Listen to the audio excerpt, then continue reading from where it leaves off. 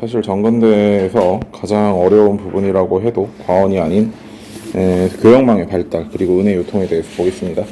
사실 교역망의 발달을 정확히 이제 여러분들이 전부 학습을 하면요, 그 은혜 유통은 굉장히 쉽게 볼 수 있어요. 전화 보고 지랄이야, 씨발. 돈 많아요. 돈 안 빌려요. 자, 그래서 사실 근데 이 부분이 정말 배울 것도 많고 물론 동아시아부 전체가 전체적인 암기 과목이긴 하지만 배울 거 진짜 많고, 그 다음에 전체적으로 그 학습의 내용이 줄어들은 2015 개정교육과정 중에서도 의외로 몇 군데에서 더 추가된 내용들이 있는 몇 안 되는 곳입니다. 그래서 여러분들이 학습을 하는 데 있어서 굉장히 좀 부담을 많이 느낄 수 있는 곳인데요. 한번 궤도에 오르면 사실 역사는 항상 선생님이 이야기하듯이 어느 정도의 궤도에 오르고 또 어느 정도의 학습이 된다면 굉장히 쉽게 풀 수 있어요. 어렵게 내지 않습니다. 역사는 그냥 외울 게 많은 것 뿐이지 내용 자체가 깊게 들어가거나 그러진 않아요. 자, 우선 중국을 먼저 봐야 돼요. 사실 이제 이 교역망의 발달이라는 것도 결국 동아시아에서 가장 큰 국가이자 가장 큰 경제 규모를 형성하고 있었던 중국을 중심으로 보기 때문에 먼저 중국에 관련된 내용부터 보겠습니다. 자, 중국은 우선 명나라와 청나라로 둘을 나눠서 14세기 말부터 16세기 말까지, 그리고 16세기 말로 한번 명나라를 두 파트로 나눠서 한번 살펴보고요. 그 다음에 청나라를 1684년에 청계령이 해제되는 그 시기까지 한번, 그리고 그 이후의 시기로 나눠서 한번 살펴보도록 하겠습니다. 자, 우선 첫 번째 해금 정책부터 보겠습니다. 중국은 영락제 때 정화의 대원정이라든지 그리고 그 뒤로 이어진 황제들까지 한두 명의 황제들까지는 바다로 나아가는 것을 허용을 하고 있었으나 그 이후에 바다로 나가는 것을 막는 해금 정책을 펼칩니다. 그 해금 정책의 원인은 아무래도 북로남해의 어떤 그 피해가 점점 심각해지고 있었던 시기죠. 특히 이 왜구들은, 남쪽에서 올라오는 왜구들은 14세기의 전기 왜구와 16세기의 후기 왜구로 나눌 수가 있습니다. 전기 왜구들은 실제로 일본이 나름대로 중앙의 세력이 약해지고 지방에 있던 어떤 사무라이들이나 다이묘들의 세력이 강해지는 과정에서 중앙의 통제력에서 벗어난 일본인들이 명나라로 해적지를 하러 온 거라면 16세기에 일어났던 후기 왜구들은 일본인으로 가장을 했던 중국인 해적들이라는 게 조금 더 큰 차이입니다. 대표적인 인간으로 왕직이라는 인간이 있는데 사실 뭐 고등학교 교육과정에서 다룰 만한 인간은 아니고요. 다만 이제 왜 그러면 이러한 해금 정책, 16세기 이후에 이런 후기 왜구들이 등장하게 됐느냐. 사실 해금 정책의 목표 자체는 이 전기 왜구의 근절에 있습니다. 전기 왜구의 근절에 있고, 그 다음에 사무역을 금지하는 거죠. 아무래도 사무역이 이제 돈이 많이 벌리다 보니까, 그리고 뭐 돈이 많이 벌린다는 것 자체가 이제 뭐 국가 입장에서는 뭐 큰 부자가 생기는 게 좋은 건 아니에요. 그렇기 때문에 어떤 사무역을 근절하고, 그러니까 뭐 왜구를 근절하고 사무역을 금지해서 국가의 통제를 강력하게 해야 되겠다, 이런 느낌으로 이제 해금 정책을 펼치는 거죠. 뭐 조선이라든지 베트남, 류크 이런 데는 해금 정책을 펼쳤다 하더라도 조공무역을 통해서 어느 정도의 무역이 시행이 되고, 그러니까 사무역을 금지하고 공무역은 허용을 하는 겁니다. 일반인들이 바다로 나가는 걸 막는 거죠. 일본에게는 감압이라는 것을 발급을 하는데, 이 감압은 선생님이 각국사 시간에 설명을 했듯이 예컨대 어떤 종이라든지 나무라든지 뭐 금속을 반으로 쪼개서 그걸 이제 증표로 서로 가지고 있다가 이렇게 맞춰보는 그런 형태가 바로 이제 감압이라고 할 수 있겠죠. 이 감압은 15세기 초부터 16세기 중엽까지 발급이 되었습니다. 그런데 이제 감압이 중단되게 된 계기가 닝보의 난, 영파의 난이라는 건데, 요게 이제 개정교육과정에서 추가된 내용이에요. 이제 닝보의 난을 선생님이 조금 이제 써놨어요. 사실 이제 닝보의 난 때문에 감압이 뭐 금지되었다 이런 표현들을 쓰고 있지만 실제 닝보의 난을 설명하는 교과서가 많이 있지 않아서 닝보의 난은 이제 온인의 난 이후로 전국 시대가 시작됐던 일본에서 굉장히 이제 그 유력한 두 가문이 있었습니다. 후푸카와 가문과 오우치 가문이라는 두 가문이 있었는데요. 이들은 이제 서로가 자기가 이제 명나라로서의 어떤 그 감압무역을 할 수 있는 명나라가 인정하는 가문이다라는 그러한 증표를 받고 싶어 했는데, 실제 증표를 받았던 건 누구냐면 오우치 가문입니다. 왕관. 네, 실제 증표를 받은 건 오우치 가문인데, 이걸 알게 됐던 호소카와 가문이 그 오우치 가문의 배를 불태워요. 그러니까 이제 자기네들도 증표를 받으러 와서 그 지역에 있는 관리에게 뇌물을 주고 가짜 감압을 받았는데, 그것 때문에 이제 서로의 누가 감압이 진짜냐 어쩌냐 이러고 서로 치고받고 싸우다가 자기네 나라 땅도 아니고 일본도 아니고 명나라에서 일본의 두 가문의 어떤 하수인들이 서로 싸우다가 거기를 불내고 막 개판을 만들어버린 거죠. 그럼 당연히 이제 중국에서는 열받을 일이죠. 열받을 일이어서 아 니들 어차피 이딴 식으로 할 거면 우린 너희와 무역을 하지 않겠다라고 해서 감압을 중단하게 됩니다. 근데 이제 아무래도 지금 안 그래도 서로 간의 물류의 교류나 무역이나 이런 것들은 필요한 상황에서 사무역이 금지되고 굉장히 좁은 통로인 공무역만 가능하던 시대에서 그 공무역마저도 중단이 되어버리니까 역시 밀무역이 늘어날 수밖에 없고 그 밀무역이 아니라 조선에서는 이제 일본과 명나라 사이의 어떤 중개무역으로 이득을 얻는 세력들이 나타나게 된다는 거죠. 그런데 이제 16세기 말이 되면은 명나라가 워낙에 세수가 이제 밀리기도 했고 세금 수입이 줄어들기도 했고 재정난이 심각해지면서 해금령을 폐지하고 사무역을 허용을 하면서 이 사무역자들에게 이제 세금을 좀 거두려고 합니다. 그 과정에서 사무역이 허용되면서 사무역이 당연히 증가하겠고 그다음에 동남아로 넘어가가지고 이제 장사에 뛰어드는 사람들이 많아지죠. 사실 화교는 이때도 한번 또 크게 발전하게 되는 겁니다. 자, 청나라도 천계령이라고 해서 해금령과 굉장히 비슷한 정책을 펼치는데 천계령과 해금령은 굉장히 비슷한 점이 많지만 목표에 있어서 큰 차이가 있습니다. 아까 해금령의 목표는 전기외구의 근절이라고 했는데 후기외구 얘기를 잠깐 안 했군요. 아까 말했죠. 해금령이 계속 지속되고 나니까 중국에서 이제 나름 뭐라고 해야 될까, 이 후기외구가 왜 중국인들이 일본인으로 가장을 해가지고 해적질을 했냐면 사무역이 근절되고 나니까 아무래도 바다에서 이제 무역을 통해서 먹고 사는 사람들이라든지 그게 아니면 이제 이 16세기 중엽에는 감압까지 중단이 됐잖아요. 그러니까 이제 일본인 외구의 그런 피해가 막심하게 되는 겁니다. 외구들이 진짜 맨날 쳐들어와가지고 막 약탈하고 그런 과정 속에서 실제로 이 바닷가에 있는 사람들이 돈을 벌기 위해서 본인들이 외구로 변장을 하고 동네 옆에 있는 마을을 털거나 그런 상황까지 이어지게 되는 거죠. 사실 정기외구와 후기외구의 성격이 좀 많이 다른데 사실 뭐 고등학교 영역에서 정기외구, 후기외구를 구분하거나 그러지는 않습니다. 다만 해금 정책의 목표는 정기외구였지만 실제로 해금 정책을 했다고 해서 외구가 근절된 게 아니라 후기외구라고 하는, 즉 중국인들이 외구로 변장을 해가지고 약탈을 하게 되는 결국 더 안 좋은 부작용이 나타났다. 이 정도만 알고 계시면 될 것 같아요. 자, 다시 청계령으로 돌아와서 아까 해금 정책의 목표는 외구의 근절이었지만 청계령의 목표는 반청운동의 방지입니다. 우리가 알고 있는 반청운동은 두 가지 정도로 나눠서 볼 수 있겠죠. 아까 처음에 선생님이 그 각국사 시간에서 이야기했던 3번의 날, 요거 연도 굉장히 중요하니까 잘 기억해 두시고요. 그 다음에 타이완에 있던 정성공의 정시 세력, 이렇게 두 가지 정도로 구분할 수 있을 것 같습니다. 우선 이 정성공 세력이 대만을 기점으로, 타이완을 기점으로 중국의 해안가, 절강성이나 복건성 쪽에 해안가들을 굉장히 약탈을 많이 하고 있었기 때문에 해금 정책과 청계령에서는 사실 일호개정 교육과정에서는 크게까지 구분하지 않고 있는 것 같기는 한데요. 왜냐면 공부에서는 구분을 했었거든요.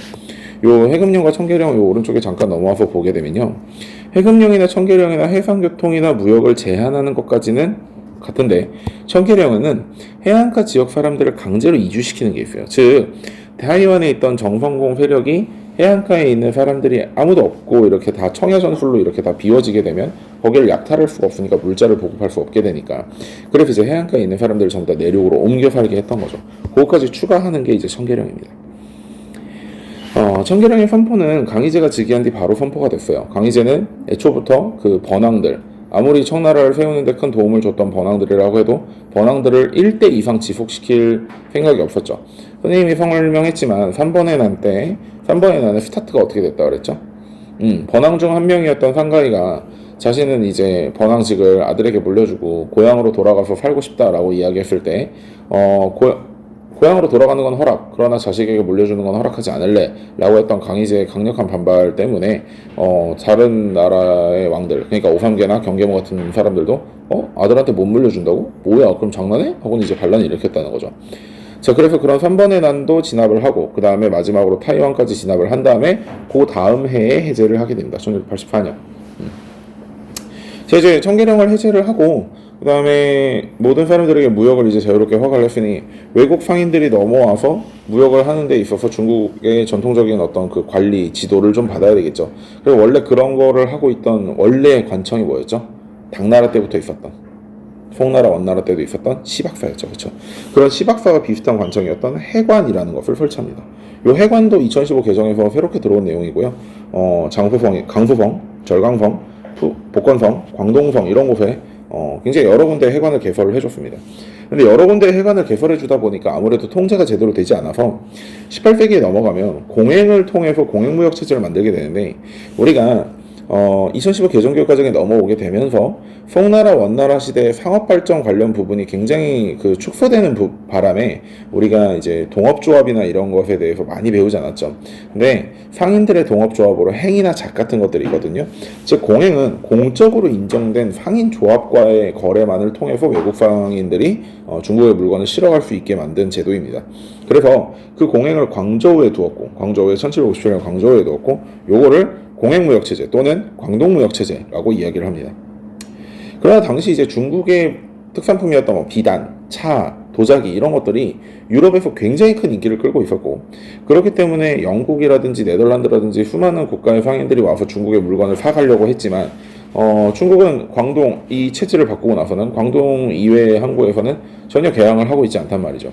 그래서 영국의 맥카트니가 사절단을 이끌고 와서 당시 청나라 최대 전성기였던 권룡제에게 가서 무역의 증가를 요구를 합니다. 그게 이제 1793년인데 요거는 이제 권룡제가 거절을 하게 돼요.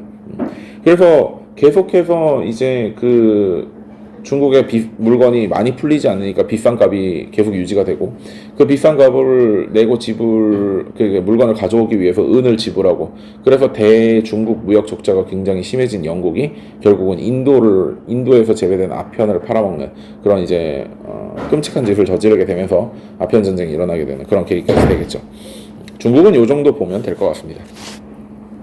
자, 오른쪽 아래로 내려와서 한국 좀 보겠습니다. 한국 굉장히 간단해요. 한국은 우선 15세기, 16세기에는 두 가지만 보시면 됩니다. 조공무역과 공사무역이 있었다는 거. 그러니까 조공무역은 공무역을 이야기하고, 공사무역은 이제 공무역, 사무역 합친 거긴 하지만 어쨌든 사무역을 이야기하는데, 그냥 이런 게 있었다라고 보시면 되고, 메인은 17, 18세기죠. 호란 이후에 사실 아무리 병자호란이고 정묘호란이고 우리나라가 군사력이 약해서 저 유목민 애들한테 존나게 털렸다고 하지만, 어쨌든 경제 생산력은 우리가 절대 저들에게 밀리지 않습니다.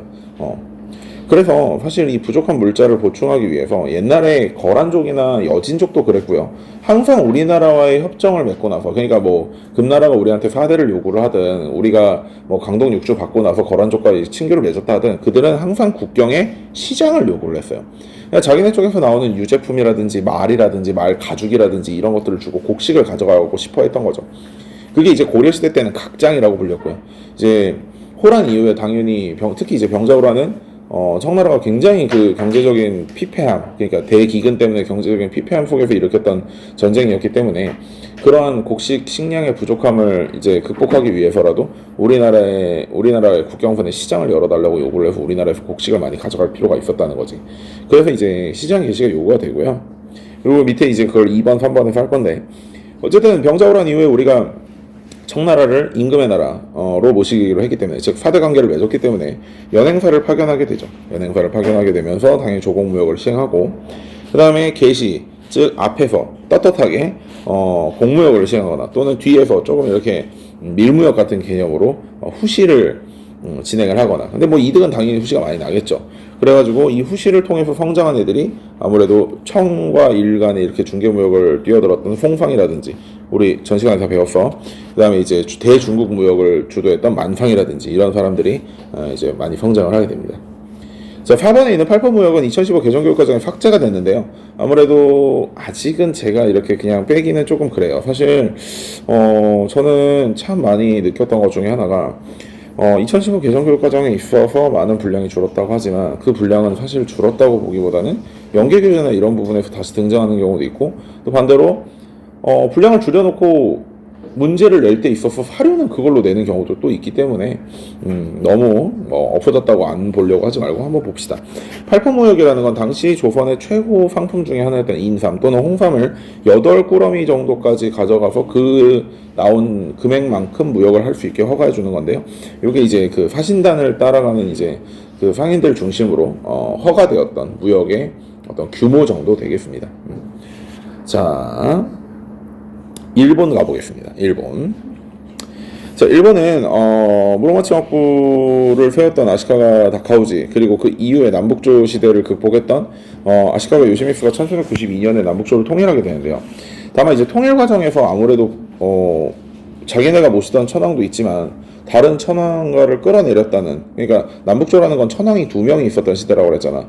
그러니까 요시미스가 자기가 모시는 천황이 아니라 다른 천황을 끌어내렸다는 것 때문에 아무래도 명분이라든지 정통성이라든 이런 게 좀 많이 상실됐었단 말이죠. 그거를 이제 일본보다 더 높은 나라의 황제에게 자기의 어떤 지위나 자귀 같은 것을 인정받고 싶어서 명과 조공책봉 체결을 체결하고 가만무역의 허락을 받지만, 물론 이제 조공책봉 체결 이후에요, 가만무역을 허락받은 거는. 그러나 이제 일본 국민들은 좋아하지 않는다는 거죠. 왜냐면 우리가 약간 통일신라 보는 개념이라고 생각해야 될까, 그런 느낌으로 좋아하지 않는다는 거죠. 근데 이제 16세기 중엽에 아까 그 왜구라든지 닝보의 난이라든지 이런 이유 때문에 가만무역이 단절되고 나니까 당시 이제 일본에서는 아무래도 중국 것이 필요하고, 그래서 류큐라든지 포르투갈이나 조선 같은 경우가 이제 일본과 중국 사이를 중개무역을 했다는 거죠. 그래서 밀무역이 많이 발전하게 됐다는 거. 자, 그런데 전국시대가 끝나고 임진왜란 지나고 나서 에도막부 시기가 되면요, 슈인장이 발급이 됩니다. 슈인장이 발급이 되는데, 이 슈인장은 지금까지는 전국시대여가지고 개나 소나 거리나 말이나 전부 다 그냥 바다 밖으로 나가서 밀무역에 뛰어들어가지고 한돈 만졌지만, 이제 에도막부가 상킨고타 이제 중앙집권자 본권제를 시행하면서 지방에 대한 통제력을 강화시키고 있는 마당에 지들 멋대로 나와가지고 장사하고 이런 걸 안 보겠죠. 그러니까 슈인장이라는 걸 발급해서 허가받은 다이묘들만 밖으로 나갈 수 있게 허가를 해준 겁니다. 그러니까 해외 도항의 허가의 증명서 같은 개념이에요. 물론 여기서 말하는 해외는 뭐 미국, 뭐 유럽 이런 데가 아니라 중국이나 동남아 정도. 그래서 이 슈인장은 일본 정부가 일본 상인에게 발급하는 것이다 라고 잘 알아두시면 될 것 같고, 목표는 역시 무역을 통제하기 위해서죠. 결과는 이제 슈인장을 받았던 일부 다이묘들이 성장하게 되었다는 것, 부를 축적하고. 자, 그러나 여기서 가장 중요한 거, 발급 중단 연도입니다. 왜냐면 사실 이런 부분들은 태클을 걸고 이렇게 그 함정을 넣기가 굉장히 쉬워요. 그러니까 예컨대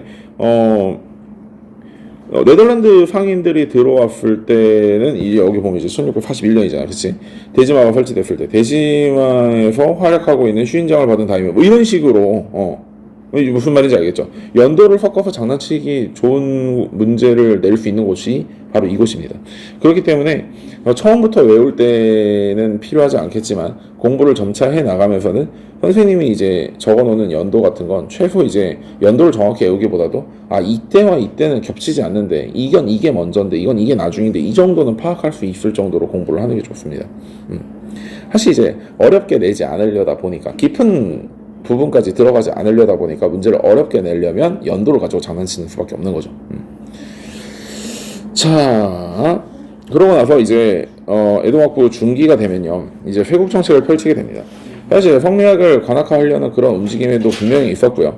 그 다음에 이제 크리스트교 포교를 금지시키는데, 아무래도 크리스트교 포교는 평등 사상을 굉장히 강요하는 건데, 당시 이제 농민들의 병농분리제를 실시하고 무기몰 수령을 내려서 아무래도 그 무사, 그 다음에 농민, 그 다음에 공인, 그 다음에 상인, 이 계급화를 확실히 이루려고 했던 일본에서는 모든 사람들이 다 평등하다고 하는 그런 기독교는 사실 받아들이기 굉장히 힘든 부분이겠죠.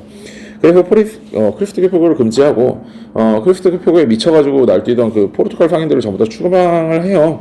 추방을 하는데 이제 추방 과정에서 이제 심화발에 난 이런 것들이 일어나게 되는 거고, 반대로 이제 포르투갈은 세계사를 배운 친구들이라면 알겠지만 심각한 국교 국가여서 자기네들이 장사를 하면서도 계속해서 무언가를 이렇게 예수천국 불신지고 이런 걸 해야 되는데, 반대로 유럽에서도 종교의 자유가 있었던, 그러니까 안 믿을 자유까지 있었던 네덜란드에서는 뭐 그냥 장사만 하러 온 거지 포교 같은 거 신경 안 씁니다.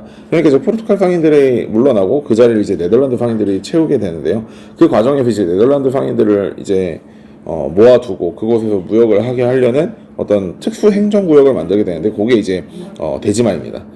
흙을 싸서 만든 인공섬이고요. 그 안에 그곳을 벗어나지 못하게 하는 거죠, 나가사키에서. 그리고 일본은 되게 특이한 케이스가, 선생님이 각국 살 때도 이야기했지만 각각의 지역에서 어떤 국가와의 교역이나 또는 외교를 총체적으로 담당을 하고 있습니다. 나가사키 같은 경우는 청나라나 네덜란드 상인들을 받아들이고 있고, 사스마 같은 경우는 류큐와 전담하고, 스시마 같은 경우는 이제 조선과 전담을 하는 거죠. 사실 이 세국 정책을 펼치고 나서 한동안 별 문제가 없다가 이제 이 교육 통제를 위해서 신패를 발급하게 되는데, 이 신패가 왜 발급이 됐냐면 1684년에 천계령이 해제가 되면서 온 중국의 상인들이 전부 다 동남아, 일본 이런 데로 다 뛰어나가기 시작을 한 겁니다. 그래서 이 신패를 발급하기 전에 중국 상인들이 가져왔던 물건을 일본에 팔면서 일본의 은이 어마무시하게 빠져나가게 되고 있었거든요, 중국으로. 당시 중국은 전 세계에서 은의 가치가 가장 높은 국가였고, 그래서 이제 은이 당연히 중국으로 가는 게 당연한 수순이었는데도 불구하고 일본 같은 경우는 자기네가 보유하고 있는 은이 많이 빠져나가게 되니까 은 대신에 구리나 해산물 등으로 어떤 수출품을 교체하려는 노력을 해봤지만 실제 성공은 어려웠겠죠. 어쨌든 신패라는 것을 발급해서 일본 정부가 중국 상인들에게 허가증을 내려주는 겁니다. 즉, 이 신패를 받은 사람만 일본과의 거래를 통해서 어떤 일본의 은을 밖으로 유출해낼 수 있다. 이런 정도. 그러니까 은 유출을 막기 위해 했던 어떤 그런 제도, 그리고 무역의 통제를 위한 제도, 그렇게 보시면 될 것 같습니다. 자, 여기까지 해서 일단 선생님이 웬만한 영상을 다 20분대에서 한 번씩 끊으려고 해요. 왜냐면 쌤이 지금 사실 필기를 해놓고 보는 이유도, 쌤이 옛날에 찍은 영상들, 선생님이 직접 필기를 해가면서 찍는 영상들을 봤을 때 너무 늘어지고 솔직히 복습할 때 보기엔 굉장히 안 좋은 편인 것 같아요. 왜냐면 복습했을 때 내가 못 적은 부분들은 그냥 일시정지 잠깐 때려놓고 적으면 되는데, 한 번 듣고 다시 듣는데 그 필기하는 걸 계속 보고 있으면 나라도 잘 것 같더라고. 그래서 좀 이제 스피디하고 영상을 빠르고 이렇게 간단하게 복습하듯이 이제 여러분들이 필기했으면 한번 이렇게 눈으로 보면서 간단하게 볼 수 있는 그런 영상을 만들려고 생각하다 보니까 20분대에서 한 번씩 끊으려고 하거든요. 우선 우리가 지금 중국, 한국, 에도막부 봤기 때문에 다음 시간에 류큐하고 이 오른쪽에 이제 교역증명서라든지 해금정책 비교하면서 우리나라 일본 사이에 어떤 일들이 일어나는지 보고, 그 다음에 서로 간의 조공채권 관계나 움직이는 무역 물품들이라든지 그런 거 보고 마무리할 수 있도록 하겠습니다. 자, 여러분 고생했습니다. 안녕.